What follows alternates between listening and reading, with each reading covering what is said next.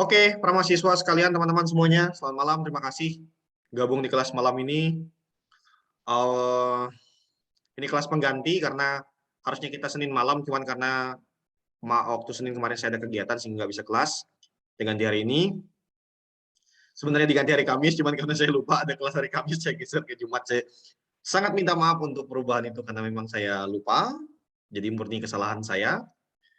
Lalu kemudian malam hari ini kita akan belajar kelasnya ini. Temanya sebenarnya sangat sangat menarik karena gini, judulnya adalah ragam persoalan kebenaran dalam ilmu pengetahuan. Ragam persoalan kebenaran dalam ilmu pengetahuan. Pertanyaannya sederhana sebenarnya untuk ngantar ini. Dari sekian banyak bidang ilmu, dari sekian banyak sains ataupun yang non sains, non scientific maksud saya, yang benar yang mana? Mana yang paling benar? Apakah kemudian kelompok sastrawan yang melihat kebenaran sejauh soal pemaknaan, soal tafsir, itu lebih benar dari matematika yang melihat kebenaran dari soal logika dan hitung-hitungan matematis? Atau mana yang lebih benar lepas dari persoalan itu, tampaknya yang lebih benar adalah mereka yang mementingkan kesehatan jiwa dan raganya seperti PJKR. Pertanyaannya sekali lagi adalah, ketika semua bidang ilmu itu kemudian menyatakan sebagai jalan menuju kebenaran, lantas yang mana yang benar? Persoalan kebenaran, persoalan merumuskan kebenaran itu ternyata bukan persoalan sederhana. Persoalan mencari kebenaran itu ternyata bukan persoalan sederhana, itu persoalan yang complicated, cukup sulit. By the way, bagi mahasiswa-mahasiswa saya, kakak-kakak kelas yang hari ini ada di kantor saya nggak usah sebut nama yang ikut kelas ini. Sorry, mahasiswi yang kalian cari tidak di kelas ini. Ya, itu di kelas yang berbeda, bukan di kelas ini. Kalian salah masuk kelas kalau untuk mencari mahasiswi yang kalian tanya ke saya ya, bukan di kelas ini. Pokoknya kalau ada kakak-kakak kelas yang laki-laki di sini, mereka salah masuk kelas. Harusnya kalau mau masuknya hari Senin jam 1 siang ya. Pak, kami diundang loh Pak. Oh ya, kami oke. diundang baik loh. Padahal saya nggak nyebut nama, kalian pengakuan. Di sini temannya tersinggung Pak. Muncul semua. Ya oke. Anggaplah kalian salah kelas, tapi kalian bisa belajar di kelas ini. Poinnya seperti itu. Maaf ya Pak, angkatan tua masuk. Silakan. Silakan. Oke, balik lagi bahwa untuk sampai pada kebenaran ternyata banyak cara. Hari ini mungkin ragam persoalan kebenarannya kita lihat dari sisi ilmu pengetahuan. Tetapi nanti kita bisa menyimaknya, melihatnya dari sisi mungkin kalau kita lebarkan lebih jauh. Mungkin bukan hanya soal pengetahuan, tapi mungkin soal keyakinan kita, agama, mungkin juga soal pilihan politik kita, mungkin juga soal suku kita, kebudayaan kita, semuanya beragam. Dan seringkali kita menemukan banyak ragam persoalan dalam pencarian kebenaran. Kita menemukan itu. Tugas kita hari ini adalah mengenal ragam persoalan itu. Kita mengenal ragam persoalan untuk merumuskan kebenaran atau ragam persoalan untuk mendekati kebenaran. Saya tidak hendak mengatakan bahwa perspektif A lebih benar daripada perspektif B. Saya pada kelas malam ini cenderung untuk mengajak kita melihat bahwa untuk sampai pada kebenaran, caranya berbeda. Caranya beragam. Sekali lagi, konteks inilah konteks kebenaran saintifik. Saya akan share presentasi saya.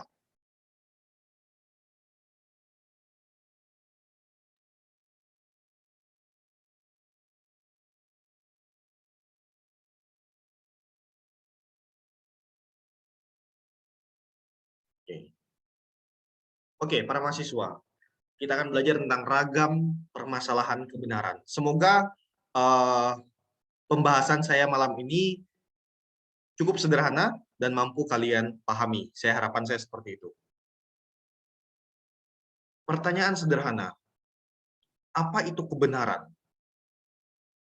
Ini pertanyaan yang selalu ingin saya geluti selalu ingin saya tanyakan. Saya ingin bertanya kepada siapa di sini? Saya random question. Saya malas ngajak nanya kakak-kakak kelas kalian. Saya mau tanya siapa sebentar. Bentar ya. Saya tanya siapa ya? Stefan Immanuel, bisa aktifkan mikrofonmu? Stefan? Ya Pak, ya Pak. Oke, Stefan Immanuel. Stephen, kebenaran menurutmu apa, Stephen? Apa itu kebenaran?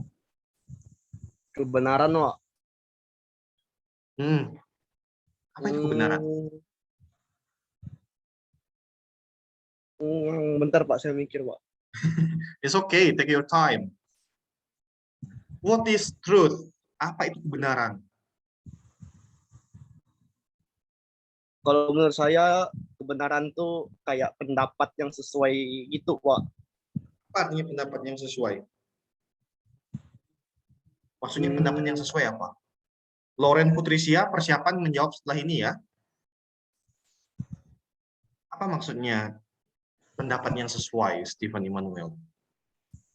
Misalnya kita kan berpendapat, terus kita berpendapat dengan berpendapat yang benar gitu Pak. Misalnya kipas itu berputar ke arah kanan. Oke. Lalu kemudian faktanya? Ya, faktanya memang berputar ke arah kanan Pak. Ke arah kiri Pak. Ke arah kiri Pak. Oke, Stephen, it's okay. Thank you, Stephen ya. Siapa? Oke, Lawrence Putrisia. Lawrence, apakah kamu hadir di kuliah saya, Lawrence? Enggak, Pak. Saya hanya nyalakan masuk Zoom, Pak. Lawrence Putrisia, apakah Anda hadir di kelas saya? Ini ketahuan mahasiswa kalau lagi latihan Pak. Oh, sorry. Oke, kalau gitu nggak jadi, Wes. Nggak jadi. Siapa lagi ya? Yang jarang jawab pertanyaan saya nih.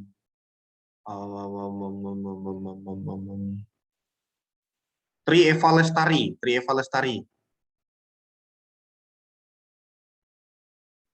Apakah kamu ikut kuliah saya? Tri Eva Lestari? Ada Pak. Ikut kuliah saya? Ada Pak, ada. Ada. Mohon maaf Pak, saya izin soalnya saya lagi latihan di gereja Pak. Wih, orang-orang suci semua nih. Oke, nggak usah jawab kalau lagi di gereja. Oke Pak, makasih ya Pak. Oke, jadi saya tidak akan memanggil Tri Eva Lestari, Heri Kusmayadi, dan Lawrence Putrisia. Heri Kusmayadi tadi lagi sholat saya lihat di masjid. Jadi tidak akan saya panggil. Selawatan tadi, Pak. Selawatan. Ini masih selawatan ya, Heri ya. Saya nggak akan panggil kamu ya. Iya, Pak. Oke, thank you. Berikutnya, saya mau tanya siapa ya? Enggang.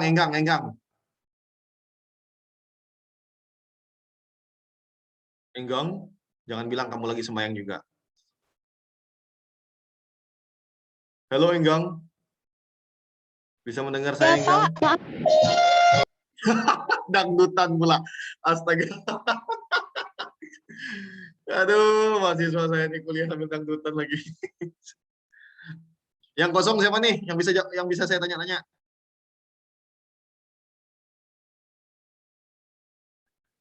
Siapa yang kosong? Bayu. Halo, Pak. Ya, Bay.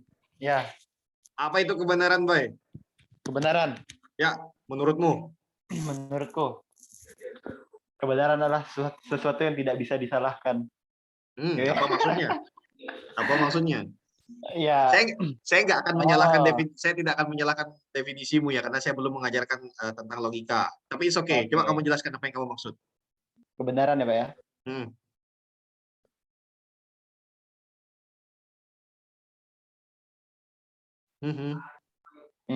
Bentar loh, Pak. Mikir loh, Pak.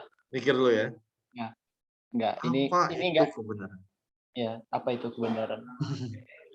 Kan kita sering Sesuatu yang kita anggap benar Pak. Apa yang Benar kamu maksud itu- dengan kamu anggap benar, Angel? Benar itu kayak perbuatan gitu, Pak. Perbuatan, Perbuatan, ya, perbuatan maksudnya? kita melakukan suatu perbuatan yang dianggap kita benar gitu. Oke. Apakah kebenaran seringkali sesuai dengan aturan? Apakah selalu, apakah kebenaran selalu sesuai dengan aturan? Setiap kebenaran sesuai dengan aturan. Apakah selalu? Selalu. Enggak, Pak, enggak. Mengapa kamu bilang enggak? Atau kenapa kamu bilang iya misalnya? Ketika saya bilang enggak itu karena banyak orang yang terkadang kali itu menyalahkan kebenaran gitu, Pak. Maksudnya gimana tuh? Menyalahkan kebenaran gitu ya. Gimana maksudnya, baik? Maksudnya tuh misalnya mereka itu tahu itu bahwa itu benar. Tetapi aturannya dibuat sengaja dibengkokkan gitu maksudnya. Ya kayak gitu. Oke. Thank you, baik. Oke. Angel, ada tambahan, Angel? Kebenaran, Angel? What is truth? Hampir sama Pak dengan Bayu. Oke, hampir sama dengan Bayu. Oke, thank you. Baik, saya akan jelaskan. Apa itu kebenaran? Para mahasiswa, kebenaran tampaknya menjadi persoalan yang sangat pelik. Dan ini bertahan berabad-abad. Kalau kalian tanya, mengapa peradaban ini lahir? Mengapa kebudayaan lahir? Mengapa konsep berpikir lahir? Itu karena satu pertanyaan. Apa itu kebenaran?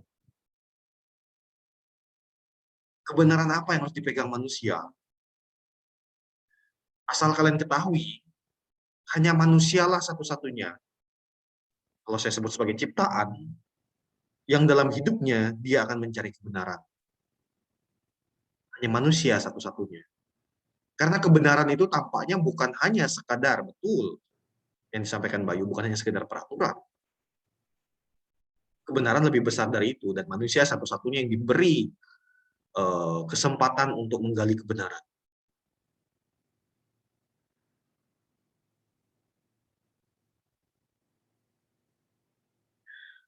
Kebenaran adalah kata yang sampai hari ini masih ramai diperdebatkan. Pertanyaan yang sering muncul, apakah ada kebenaran mutlak?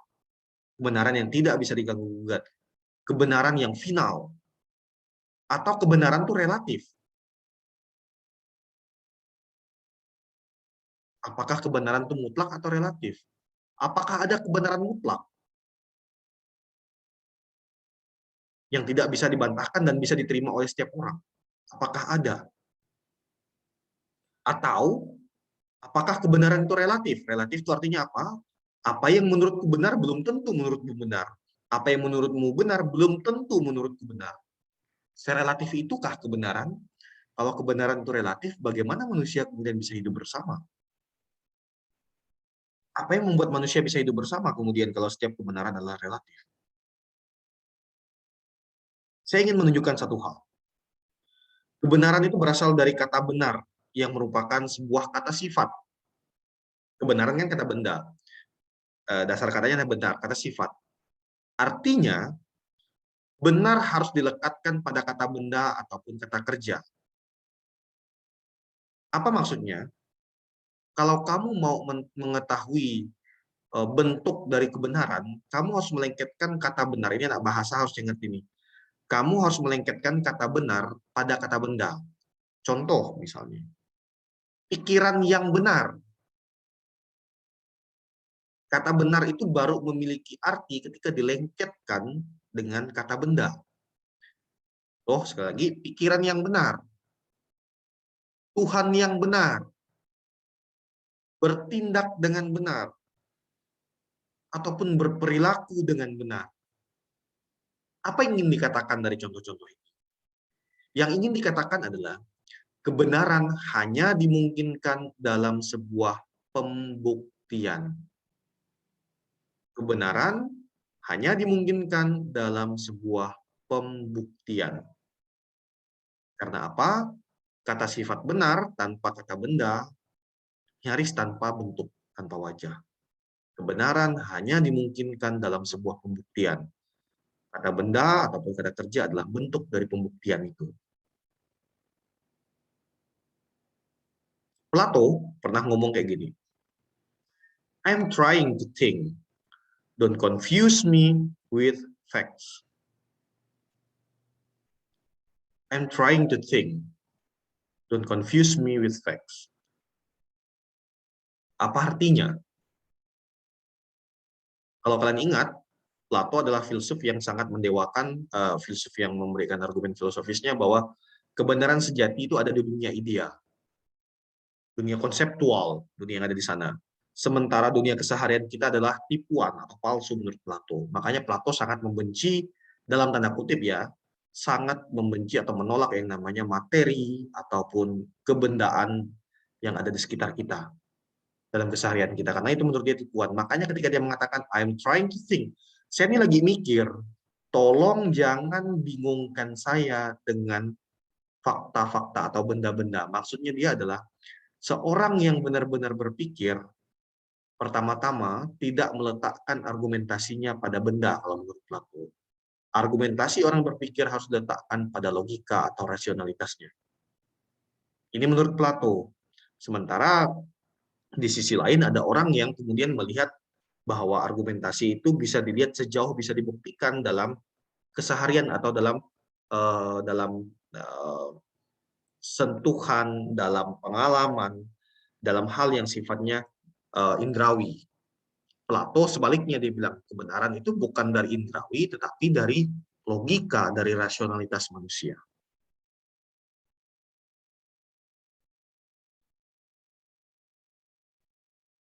Oh, ini ada kutipan dari Suhogi nih.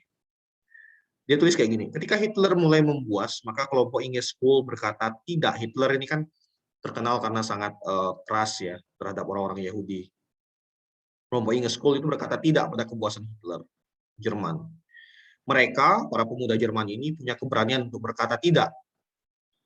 Mereka walaupun masih muda, telah berani menentang pemimpin-pemimpin geng-geng bajingan, rezim Nazi yang semua identik. Bahwa kemudian Ingeskul ini mereka mati, bagiku bukan soal. Mereka telah memenuhi panggilan seorang pemikir. Tidak ada indahnya hubungan mereka, tetapi apa yang lebih putih selain bicara tentang kebenaran. Suhogi menunjukkan bahwa ketika orang menemukan kebenaran, benar-benar kebenaran itu menjadi wajah, jadi kehidupannya, sehingga dia tidak takut untuk menyuarakan kebenarannya. Inilah indahnya sebuah kebenaran ya. Kadang-kadang ketika kamu berbicara tentang kebenaran, akan ada banyak orang yang mencoba menghentikan kamu. Ketika kamu bicara tentang kebenaran. Tapi ketika kamu yakin bahwa itu adalah argumen benar, pendapatmu benar, kenapa kamu harus takut? Inilah yang ditulis oleh Suhogi. Dengan memahami kebenaran, kamu bisa melakukan dua hal. Pertama, kamu mampu menyampaikan atau mempertahankan argumentasimu dengan sangat baik. Atau yang kedua adalah ketika kamu mengetahui kebenaran, kamu bisa dengan rendah hati mengakui bahwa pendapatmu sebelumnya bisa jadi salah. Karena kebenaran selalu menawarkan hal-hal baru dalam kehidupan kita. Nah, bagaimana kita melihat relasi pengetahuan dengan kebenaran? Ujung dari pengetahuan adalah kebenaran. Apa yang kamu ketahui, apa yang coba kamu ketahui, ujungnya adalah kebenaran. Artinya, setiap usaha manusia untuk mengetahui akan selalu terarah pada kebenaran. Semakin beragam teori pengetahuan, semakin beragam pula teori kebenaran. Ini yang ingin saya katakan, sejauh manusia terus-menerus ingin mengetahui, maka ujungnya adalah kebenaran. Ketika cara manusia mengetahui itu ternyata beragam, maka ada beragam juga teori kebenaran. Apa saja? Kita akan lihat dulu klasifikasi kebenaran itu seperti apa. Pertama, kita akan melihat bahwa ada kebenaran berdasarkan sumbernya, yaitu kebenaran empiris dan kebenaran wahyu, serta kebenaran fiksi. Kebenaran empiris itu berdasarkan data-data empiris atau data-data keseharian, kebenaran wahyu itu berdasarkan wahyu atau kitab suci, dan kebenaran fiksi itu adalah berdasarkan imajinasi. Artinya, jangan kamu katakan bahwa orang yang berimajinasi itu sebagai dia yang salah. ada kebenaran imajinasi berdasarkan sumber dia, sumber referensi di kepalanya. Orang yang mampu berimajinasi adalah orang yang kreatif. Jangan kamu anggap bahwa imajinasi itu merupakan sebuah kemunduran. Hanya dengan imajinasi manusia bisa menciptakan banyak hal di dunia ini. Seringkali kita mengatakan bahwa kebenaran satu-satunya empiris, tapi kalau kalian lihat dari penjelasan pertama ini, kebenaran berdasarkan sumber ini, ternyata kebenaran bukan hanya satu dari empiris saja, bukan pula satu-satunya dari kebenaran wahyu saja. Tetapi kita melihat bahwa imajinasi juga ternyata bisa menjadi sumber kebenaran. Dulu orang tidak pernah bisa berpikir bahwa manusia bisa berada di langit. Dengan imajinasi, saya lupa siapa bersaudara, Walter bersaudara mungkin, saya lupa, kalian bisa cari di Google.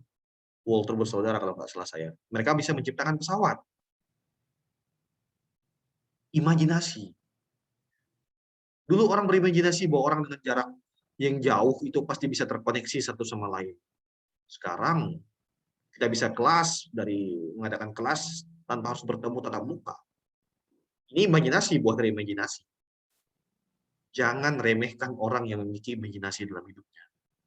Jangan-jangan orang-orang yang memiliki imajinasi inilah yang akan menjadi tuanmu di kemudian hari. Jangan remehkan imajinasimu. Yang kedua adalah kebenaran berdasarkan cara atau sarana. Kebenaran indrawi, jika caranya menggunakan indera. Kebenaran intelektual, kalau caranya adalah menggunakan akal budi. Kebenaran intuitif, kalau yang kamu gunakan adalah intuisimu. Dan kebenaran iman, kalau yang kamu gunakan adalah imanmu. Ini kebenaran berdasarkan sarana. Kemudian ada kebenaran atas dasar keseharian. Ada kebenaran agama, karena kesehariannya bersumber dari pengetahuan agama. Ada kebenaran moral, karena berasal dari pengetahuan moral. Kebenaran seni, kebenaran budaya, kebenaran hukum, kebenaran politik, itu bersumber dari keseharian, pengalaman. Dan terakhir, kebenaran atas dasar tingkat pengetahuannya. Ada kebenaran sehari-hari, karena memang berasal dari pengetahuan sehari-hari, dari pengalamanmu tanpa harus sekolah, kamu punya pengetahuan itu. Kemudian ada juga kebenaran yang saintifik, berdasarkan pembelajaran atau riset-riset ilmiah.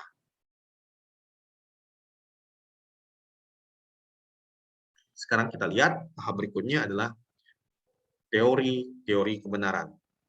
Ada teori korespondensi, ada teori koherensi, ada teori pragmatis, ada teori analitik, dan ada teori performatif. Sampai di sini, ada pertanyaan dulu? Silakan. Ada pertanyaan? Tidak ada. Ada, Pak. Apa baik? Oke. Ada nih, Pak. Saya pernah mendengar pernah baca sih, Pak, di suatu artikel gitu, bahwa ada yang mengatakan bahwa kebenaran mutlak itu kebenaran yang berasal dari Allah gitu. Apakah itu benar gitu, Pak? Apakah suatu kebenaran mutlak itu hanya datang dari Allah? Kebenaran mutlak satu-satunya berasal dari Allah. Iya, saya Jadi pernah gini. baca itu. Ya. Oke. Saya bantu jawab, Bayu. Oke. Jadi dalam kelompok teolog, kelompok agamawan tentu akan mengatakan bahwa kebenaran mutlak itu berkaitan dengan prinsip ketuhanan. Tentu seperti itu kalau kita bicara tentang kelompok agamawan. Tapi dan ini tidak saya katakan sebagai sebuah argumen yang keliru ya. Pada malam hari kalian tahu bahwa saya melihat ilmu sebagai ilmu. Makanya sekarang saya mau ngajak lihat juga bahwa dalam konteks filosofis, ini yang seringkali menjadi olok-olokan antara kelompok teolog dengan filsuf ya. Kelompok teolog sama filsuf. Kelompok teolog itu mengatakan ini para filsuf adalah orang yang kurang kerjaan.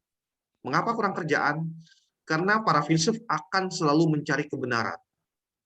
Artinya, kebenaran mutlak adalah kebenaran yang terus dicari. Kalau dalam konsep filsuf. Sementara teolog bilang, kalau kelompok teolog itu, mereka mengatakan sudah finish pencarian tentang kebenaran mutlak, yaitu pada Tuhan. Tuhanlah puncak dari kebenaran mutlak yang ditawarkan oleh teolog. Hanya saja, memang kemudian dalam proses pemahaman tentang Tuhan sebagai kebenaran mutlak itu, teologi menyadari bahwa proses untuk memahami Tuhan sebagai kebenaran mutlak itu adalah proses yang terus-menerus.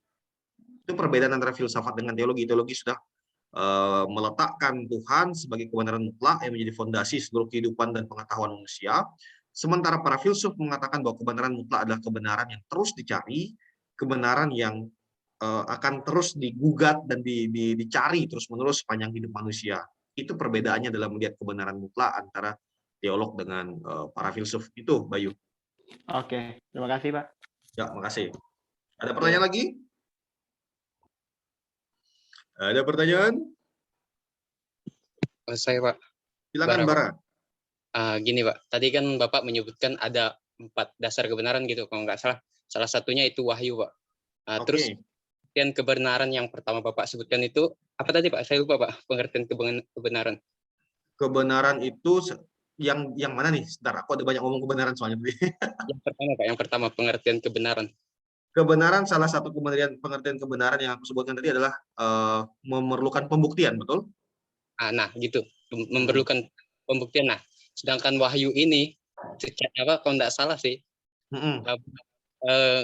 nggak bisa dibuktikan gitu Pak. Soalnya kan itu wahyu gitu kan. Gitu. Terus bagaimana penjelasan kemudian wahyu ini sebagai kebenaran gitu Pak? Terima kasih Pak. Oke, saya mengerti kebingunganmu dan pertanyaanmu. Bukan hanya soal wahyu ya, Bara. Pertanyaan tentang wahyu itu juga seringkali itu akan langsung beririsan dengan konsep ketuhanan. Artinya, ketika orang berbicara wahyu, itu selalu dibicarakan dalam konteks tentang ketuhanan. Seringkali seperti itu, Bara. Yang ingin saya katakan adalah, walaupun tampaknya wahyu ataupun teori tentang ketuhanan itu tampaknya ya saya katakan merupakan teori yang tidak bisa dibuktikan dalam tanda kutip, tapi sepertinya kita melihat soal bukti itu hanya semata-mata soal apa yang bisa kita lihat dan bisa kita sentuh. Ketika kita menyebut bukti, yang kita pikirkan adalah apa yang bisa kita lihat dan bisa kita sentuh. Setelah ini, saya akan memberikan materi tentang teori-teori kebenaran. Setelah ini, setelah menjawab sesi diskusi yang ini. Dalam teori tersebut, kita akan menemukan bahwa ternyata pembuktian itu bukan semata-mata soal apa yang bisa kamu lihat dan kamu sentuh. Yang disebut dengan bukti itu bukan pertama-tama semata-mata soal apa yang bisa kamu lihat dan kamu sentuh. Ya, karena itu Bara, kebenaran tentang Tuhan atau kebenaran wahyu itu juga sebenarnya kebenaran yang bisa dibuktikan. Nanti akan saya tunjukkan bagaimana pembuktiannya ya, Bara ya, setelah ini ya. Oke Pak, terima kasih Pak. Oh, thank you. Ada lagi pertanyaan? Oh, ini Kemal. Bentar, apa? Oh, diketik. Sebentar, suara siapa bocor? Bentar. Oh, Ade. Oke, ada pertanyaan Kemal. Mengapa pembicaraan tentang Tuhan itu seringkali bawaannya canggung? Ya, karena mungkin kita melihat Tuhan sebagai sosok yang kita takuti, makanya kita takut ngomong tentang Tuhan. Bagi saya, Tuhan adalah sahabat yang bisa kita ajak diskusi, bagi saya. Sehingga ketika saya berbicara tentang Tuhan, ya sama kayak saya bicara tentang kawan saya sendiri, yang saya yakin dia nggak akan tersinggung kalau saya banyak guyon tentang dia juga. Well, itu menurut saya, Kemal. Kalau misalnya kita atau kalian melihat Tuhan sebagai sosok yang ditakuti, disakralkan, dihormati, ya itu cara kita belief kita, kepercayaan kita. Saya tidak akan menyalahkan cara kita mempercayai Tuhan kita. Tapi dalam pengalaman saya pribadi, bagi saya Tuhan adalah sahabat yang menemani saya dalam keseharian, sehingga kalau saya guyon-guyon tentang sahabat saya, kalau saya gurau tentang sahabat saya yakin dia nggak terlalu banyak marah. Hanya manusia lah yang sahabat bisa marah kalau sahabatnya guyon. Tapi saya kira Tuhan tidak semarah itu kalau saya guyon tentang dia. Itu jawaban saya, Kemal. Ada lagi pertanyaan? Ada lagi pertanyaan? Aman? Pak. Gimana, Pak? Kan ini kan membicara tentang kebenaran nih, Pak. Oke. Nah, waktu itu aku pernah bertanya nih, bahwa secara garis besar, nah yang ini nih, yang belum Bapak jawab di grup. Oh iya, pertanyaan minggu lalu, saya lupa. Gimana pertanyaannya? Ya. Ini ada dikit. Yang secara garis besar mereka berdua adalah seorang filsuf yang selalu mencari kebenaran akan satu hal, Pak. Nah, di antara mereka berdua kan masih ada kata tapi mereka percaya akan hal itu atau suatu prinsip dasar yang menggerakkan jiwa. Nah, yang kemarin itu bagaimana sih mereka dapat menjelaskan pendapat mereka akan hal itu, Pak? Yang substansi kemarin. Secara besar mereka para filsuf menjaga kebenaran. Nah, di antara mereka dua kan masih ada kata tapi mereka percayakan itu. Tidak saya menanyakan bagaimana sih mereka dapat mendapat mereka akan hal itu, Pak. Sementara masih ada keraguan dengan kepercayaan akan hal itu. Oke. Jadi Bayu nanya di grupnya PJKR, ketika dua filsuf ini kemudian masih belum 100% meyakini, ini konteksnya Plato dengan Aristoteles ya, teman-teman. Iya. Konteksnya Plato dengan Aristoteles, ketika para filsuf ini berbeda perspektif dalam melihat kebenaran, ketika Plato mengatakan kebenaran itu adalah dunia ideal, sementara Aristoteles melihatnya dalam keseharian, lalu kemudian mereka berdua pun belum terlalu yakin apakah itu benar atau tidak, tapi kemudian mengapa mereka bagaimana mereka kemudian bisa menjelaskan prinsip dasar itu, sementara mereka juga sebenarnya masih ada keraguan gitu ya, Bay ya? Iya, Pak, benar. Jadi gini, Bay, para filsuf itu bergerak pada fondasi bahwa kebenaran adalah sesuatu yang dicari. Selalu prinsip dasarnya yang harus kalian ingat adalah kebenaran adalah sesuatu yang dicari. Ketika kita mengatakan kebenaran adalah sesuatu yang dicari dan semua hidup manusia itu mencari kebenaran, makanya dengan demikian dalam proses tersebut tentu ada yang ditemukan.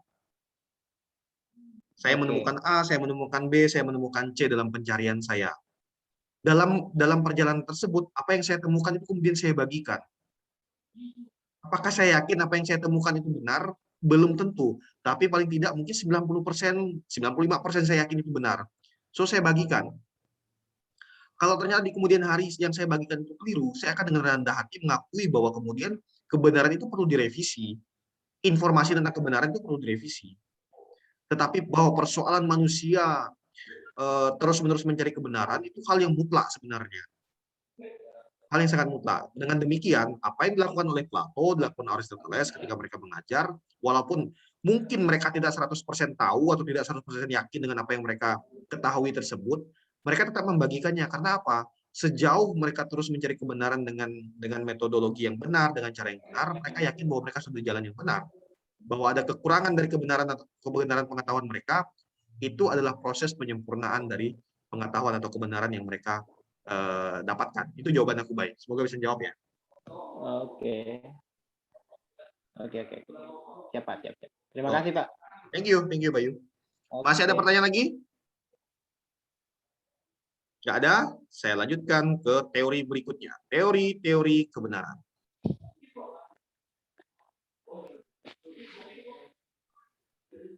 Korespondensi, teori koherensi, teori pragmatis, teori analitik, dan teori performatif. Apa itu? Kita lihat satu persatu. Pertama, teori-teori ini akan saya bagikan supaya kalian bisa memahami tadi bahwa cara pembuktian atau pemahaman tentang kebenaran ternyata berbeda-beda. Dan teori-teori ini mempengaruhi ilmu pengetahuan saat ini. Pertama, teori korespondensi. Veritas est adequatio intellectus et rei. Kebenaran dalam teori korespondensi adalah kesesuaian antara apa yang dikatakan dengan kenyataan. Jadi dalam teori korespondensi itu, kebenaran adalah kesesuaian antara apa yang dikatakan dengan kenyataan. Ini tadi teman-teman katakan, para mahasiswa katakan. Kebenaran itu ketika pendapat saya sesuai dengan apa yang faktanya, kesehariannya maksud saya. Ini berarti bahwa teori korespondensi sangat mengutamakan data atau fakta sebagai basis kebenarannya. Teori korespondensi sangat ditekankan oleh aliran empirisme, kelompok empiris, yang mengutamakan pengalaman dan pengamatan indrawi sebagai sumber utama pengetahuan manusia. Jadi kalian harus ingat bahwa dalam teori korespondensi ini, kesesuaian antara konsep di kepalamu dengan kenyataan itulah yang disebut dengan kebenaran. Ini menurut teori korespondensi. Kesesuaian antara apa yang di kepalamu dengan kenyataan. Ketika kamu mengatakan bahwa laptop Pak Trio berwarna hitam, ya itu dikatakan benar kalau memang faktanya laptop Pak Trio berwarna hitam. Kalau kalian mengatakan baju Pak Trio berwarna hijau tua, itu merupakan kebenaran ketika faktanya baju Pak Trio berwarna hijau tua. Artinya apa yang kalian pikirkan dengan kenyataan itu sesuai.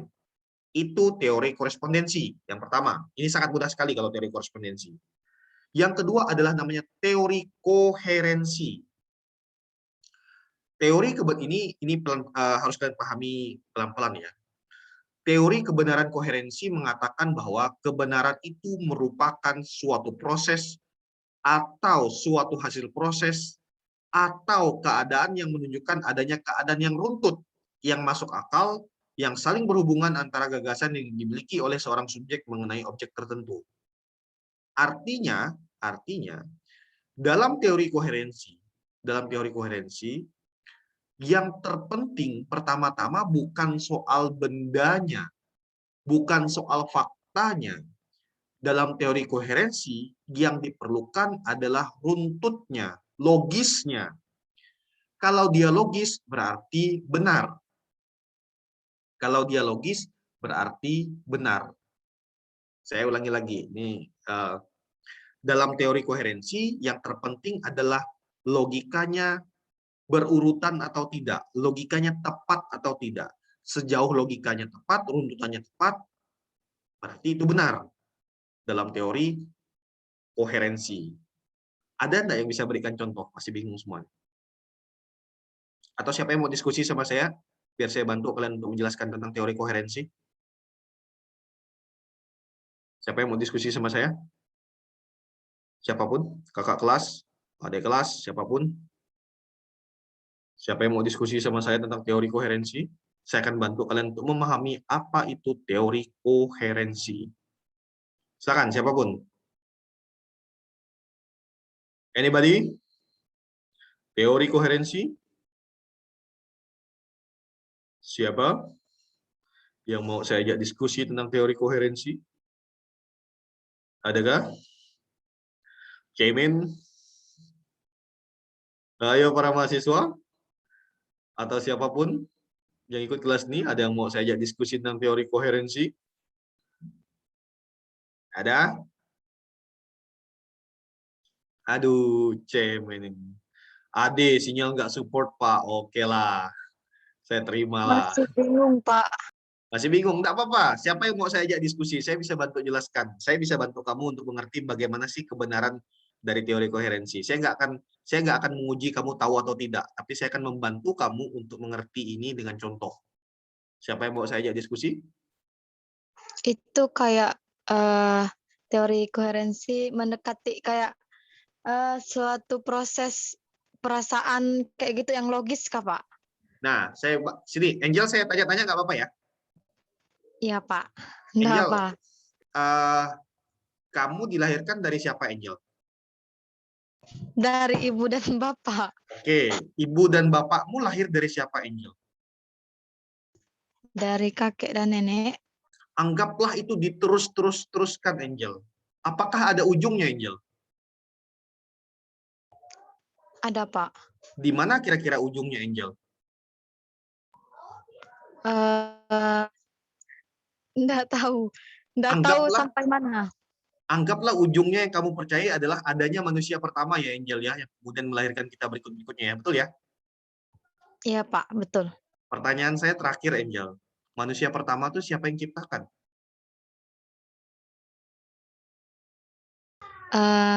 Tuhan, Pak, Ya, yang ciptakan. itulah yang saya maksud salah satu contoh teori koherensi di mana kita mengikuti proses runut sehingga kita bisa membuktikan keberadaan Tuhan tanpa saat ini kita menunjuk batang hidung Tuhan itu di mana. Itulah salah satu contoh bentuk teori koherensi yang dibangun berdasarkan logika. Kamu tidak harus menunjukkan saat ini Tuhan itu di mana, tetapi dengan logikamu, kamu bisa mengetahui bahwa Tuhan itu eksis. Tuhan itu ada. Bisa dimengerti nggak, Angel, contohnya? Oh, bisa, Pak. Berarti kayak mendekati materi yang ada yang menjelaskan tentang Tuhan juga, Kak, waktu itu. Kalau enggak salah, Pak. Betul, itu salah satu contohnya. Jadi dalam teori koherensi itu yang kamu tekankan adalah soal logika berpikirnya. Ketika kamu tidak bisa menunjukkan Tuhan itu sekarang di mana, kamu bisa membuktikan Tuhan dengan cara apa? Dengan cara kamu mengikuti alur logika. Bahwa dari sekian banyak yang diciptakan di dunia ini, segala sesuatu yang ada di dunia ini, pasti ada satu pencipta yang tidak diciptakan oleh yang lainnya. Nah, ini malah berat nih teorinya. Coba kalian imajinasi sekarang. Bagaimana cara membuktikan Tuhan? Tadi kan pertanyaan Bara ya tentang ini, saya menjawab pertanyaan Bara nih, bahwa bagaimana sih wahyu itu dibuktikan? Apakah harus dengan pembuktian empiris, pembuktian benda? Jawaban saya sederhana, Bara. Pembuktian tentang wahyu, pembuktian tentang kebenaran wahyu, kebenaran Tuhan itu sejauh kita berpikir seperti ini. Ketika segala sesuatu ini diciptakan, hadir, tiba-tiba ada, pasti ada satu pencipta pertama yang tidak diciptakan oleh yang lainnya. Pasti ada. Karena tidak mungkin semuanya tiba-tiba ada. Pasti ada satu pencipta yang tidak diciptakan oleh yang lainnya. Pencipta yang seperti itulah yang kemudian oleh manusia disebut sebagai Tuhan. Lihat, jalan pembuktian Tuhan tidak harus kalian menunjuk batang hidung Tuhan di mana, tetapi kalian bisa berpikir bahwa, seperti yang saya katakan tadi, untuk membuktikan Tuhan kita pakai teori koherensi bisa. Bahwa segala-segala yang ada diciptakan, by logic, betul, semua diciptakan, semuanya ada, semuanya hadir. Tetapi pertanyaannya, apa yang membuat semuanya hadir? Jawabannya adalah, pasti ada yang menciptakannya atau ada yang menghadirkannya. Dia yang menciptakan atau menghadirkan tetapi tidak diciptakan, itulah yang disebut dengan Tuhan. Itulah jalan pembuktian Tuhan dengan teori koherensi. Bisa dimengerti atau tidak? Contoh jalan pembuktian Tuhan. Berarti ini apa? Kita tuh percaya ke Tuhan, kepada Tuhan tuh walaupun kita tidak melihat dia atau wujudnya seperti apa. Oke, jadi gini Angel, percaya bagi saya adalah istilah yang sangat religius ya. Percaya, percaya bagi saya adalah istilah yang religius banget dan itu wilayahnya teologi. Tetapi di wilayah filsafat, saya menyebut percaya itu dengan istilah kebenaran logis. Artinya yang kamu sebut dengan percaya itu dalam istilah filsafat adalah kebenaran yang logis. Bagi saya, Tuhan itu adalah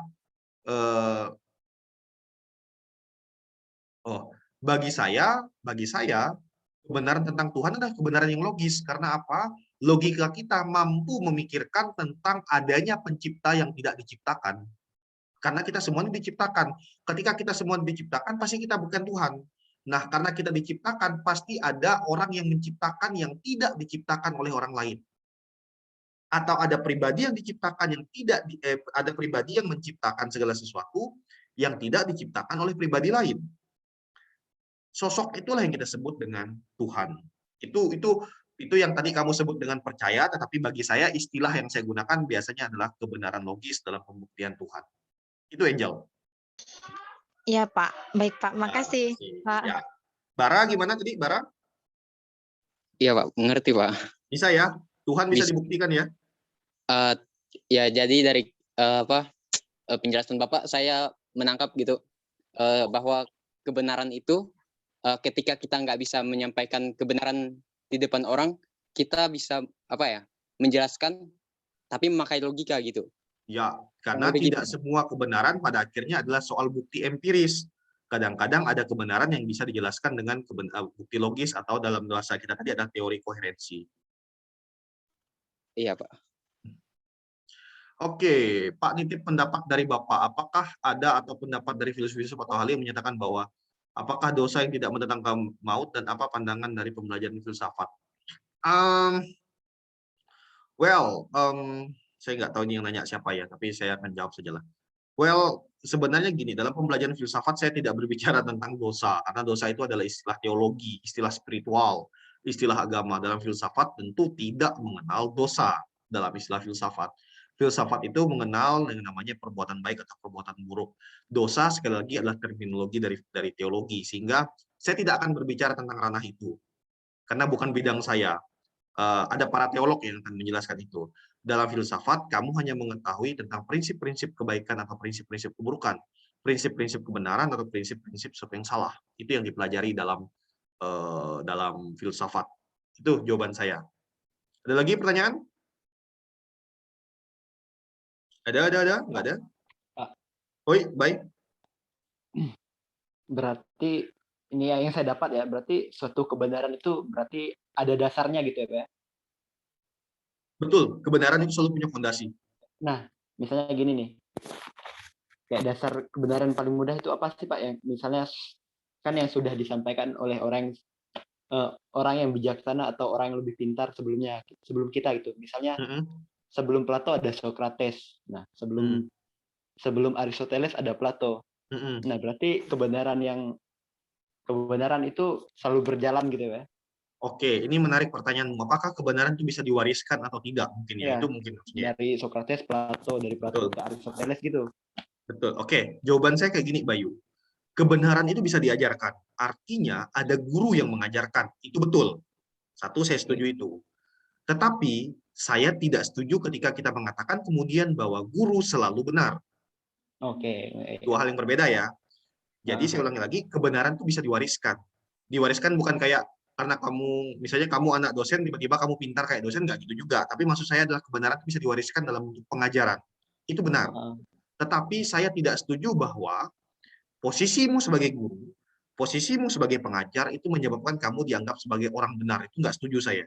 Karena kebenaran nanti, kalau kalian ingat di mata kuliah pengantar filsafat dan logika, kebenaran itu tidak didasarkan pada posisi atau jabatan seseorang. Tidak boleh. Kebenaran dibangun berdasarkan argumentasinya sendiri, tidak didasarkan pada posisi atau jabatannya. Artinya, siapapun kamu, mau kamu kaya atau miskin, mau kamu pejabat atau bukan pejabat, kamu bisa merumuskan kebenaran. Cuman perbedaan antara kamu belajar dengan orang yang belajar dengan orang yang tidak belajar adalah seringkali kebenaran bagi orang yang belajar itu lebih teratur. Sementara bagi orang yang tidak belajar, mungkin kebenarannya disampaikan dengan cara yang tidak runtut. Tetapi prinsipnya, semua orang punya hak untuk yang namanya legitimasi atau punya hak untuk mengklaim kebenarannya. Itu jawaban saya, Bayu. Oke, siap. Terima kasih, Pak. Yuk, thank you. Saya lanjutkan. Teori koherensi. Ya. Teori kebenaran koherensi lebih menekankan kebenaran rasional logis dan juga cara kerja deduktif. Pengetahuan yang benar hanya dideduksi atau diturunkan sebagai konsekuensi logis dari pernyataan-pernyataan lain yang sudah ada. Ini yang saya katakan tadi. Teori koherensi itu dibangun dari fondasi argumen-argumen, dari premis-premis, dari pendapat-pendapat sebelumnya, sehingga sampailah pada pembuktian logis. Konsekuensinya, kebenaran suatu pernyataan atau pengetahuan sudah diandaikan secara a priori tanpa perlu dicek dengan kenyataan yang ada. Inilah yang dimaksud saya tadi. Dalam teori kebenaran, teori koherensi, kita bahkan sejauh itu logis, sejauh itu rasional, kita bahkan seperti tidak perlu ngecek lagi di lapangan, kasarnya kayak gitu. Sejauh itu logis. Sejauh itu sesuai dengan logikanya. Kita bahkan tidak perlu ngecek lagi ke lapangan. Kenapa? Pasti benar logikanya. Itu kalau teori koherensi. Berikutnya adalah teori pragmatis. Ini yang paling sering digunakan oleh manusia. Apa itu teori pragmatis? Bagi kaum pragmatis, kebenaran sama artinya dengan kegunaan. Sederhananya bagaimana? Bagi teori pragmatis, sesuatu itu benar kalau ada fungsinya, kalau ada gunanya. Artinya kebenaran itu punya konteks. Contoh, kebenaran tentang Mobile Legends itu tidak akan ada artinya bagi orang yang tidak memahami Mobile Legends. Tidak ada gunanya bagi orang yang tidak memahami Mobile Legends. Tapi orang yang mengenal dan memahami Mobile Legends, segala macam kebenaran atau informasi tentang Mobile Legends itu ada arti bagi hidupnya. Itulah pragmatis. Kenapa Mobile Legends itu berguna bagi hidupnya. Orang yang tidak suka game akan pusing memikirkan para gamer, mahasiswa yang berhari-hari main game. Karena apa? Dia tidak mengerti game. Informasi tentang game itu hanya relevan bagi para pemain game atau gamers. Bagi orang yang tidak main game, tidak ada artinya. Bagi kamu yang sedang futsal, informasi atau kebenaran tentang futsal itu nomor satu. Tapi jangan paksakan itu kepada orang yang tidak suka futsal dan tidak memahami futsal karena menganggap futsal tidak punya kegunaannya. Itulah pragmatis. Kebenaran sejauh ada gunanya. Kita seringkali menjadi kelompok pragmatis. Kita menganggap sesuatu penting kalau ada gunanya. Apakah pragmatis berbahaya? Kadang-kala iya, kelompok pragmatis. Kamu mau mengerjakan sesuatu kalau ada gunanya untuk kamu, itulah kelompok pragmatis. Misalnya saya ngajak ikut kegiatan program sosial, ya kalau kalian ngerasa ada gunanya untuk kalian, kalian mau ikut. Tapi kalau nggak ada gunanya untuk kalian, ya nggak mau kalian ambil. Pragmatis banget. Itu kebenaran pragmatis. Berikutnya ada teori analitik, teori bahasa, kebenaran bahasa, Wittgenstein. Bahasa memiliki peranan sentral dalam mengungkapkan secara verbal pandangan dan pemikiran filosofis. Saya baca dulu, nanti saya akan jelaskan. Maka timbullah suatu masalah, yaitu keterbatasan bahasa sehari-hari dalam hal tertentu tidak mampu menggunakan konsep filosofis. Bahasa sehari-hari memiliki banyak kelemahan, antara lain kekaburan makna, tergantung pada konteks, mengandung emosi, dan menyesatkan. Bahasa bukanlah sesuatu yang muncul tanpa tujuan atau telos. Setiap kalimat dan bahkan kata demi kata yang tertuang di dalamnya pun hadir dengan tujuan tersendiri, dengan maksud dan makna tersendiri, serta mempunyai fungsi logis tersendiri. Bahasa berfungsi untuk mengungkapkan ide, konsep, atau teori yang telah dihasilkan dari proses pemikiran dalam komunikasi kita satu sama lain. Bila pernyataan atau pengungkapan bahasa tersebut tidak didasarkan pada aturan kebahasaan yang ada, tentu dapat menghasilkan pernyataan yang tidak memiliki makna dan pernyataan yang memiliki makna sama sekali berbeda dengan makna yang sudah ada dalam pikiran kita. Singkatnya, para mahasiswa, dalam teori analitik, kebenaran itu sangat erat hubungannya dengan makna, dengan kata, dengan bahasa. Pertanyaan yang selalu muncul dari kelompok analitik sebagai awal orang untuk belajar analitik, teori analitik adalah, kebenaran analitik adalah, bagaimana caranya kita bisa menyampaikan kebenaran tanpa kata, tanpa bahasa. Itulah yang menjadi dasar kelompok analitik kemudian melihat bahasa memiliki peran yang sangat penting dalam merumuskan kebenaran. Bagi kelompok teori analitik, kebenaran sejauh mampu diformulasikan dalam bahasa. Kalau tidak mampu diformulasikan dalam bahasa, kebenaran tidak pernah akan dapat disampaikan atau dapat dipahami. Itulah pentingnya bahasa dalam konteks kebenaran. Terakhir adalah teori performatif. Apa itu? Teori ini terutama dianut oleh filsuf analitik juga, seperti John Austin. Dalam teori performatif ini, secara sederhana yang dikatakan adalah setiap kalimat atau pernyataan yang disampaikan orang itu benar-benar semata-mata sesuai dengan konteksnya saat itu. Jadi kebenaran adalah kebenaran yang terjadi pada saat itu, bukan dibangun dari apa yang terjadi di masa lalu. Ketika ada argumentasi, ada pernyataan pada saat itu, maka orang harus menafsirkan kebenaran pernyataan itu untuk konteks saat itu. Tidak dikait-kaitkan dengan masa lalu dan lain sebagainya. Nah, ucapan-ucapan performatif memiliki syarat sebagai berikut. Pertama, ucapan performatif pasti tidak sah jika diucapkan oleh seorang yang tidak memiliki kompetensi dengan masalah yang bersangkutan. Artinya kalau orang tidak memiliki kompetensi pemahaman tentang bermain Mobile Legends, tidak harus dia seorang gamers, tapi kalau dia memiliki kompetensi untuk Mobile Legends, it's okay kalau dia ngomong tentang itu. Tapi kalau orang yang tidak memahami Mobile Legends sama sekali, mainkan juga nggak pernah, tahu juga nggak pernah, tiba-tiba ngomong tentang Mobile Legends, dia tidak sah untuk berbicara tentang itu. Dia tidak sah. Yang kedua, tindakan atau ucapan performatif juga tidak sah kalau orang yang mengucapkan kalimat pernyataan itu nggak jujur. Artinya itu sah sejauh dia jujur dengan apa yang dia katakan. Lalu kemudian yang ketiga, dalam teori performatif, kebenaran itu juga diterima kalau orang yang menyampaikan hal tersebut melakukannya.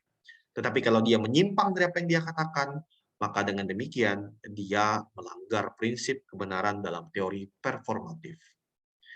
Itu presentasi dari saya, para mahasiswa sekalian. Please, kalau ada pertanyaan, silakan.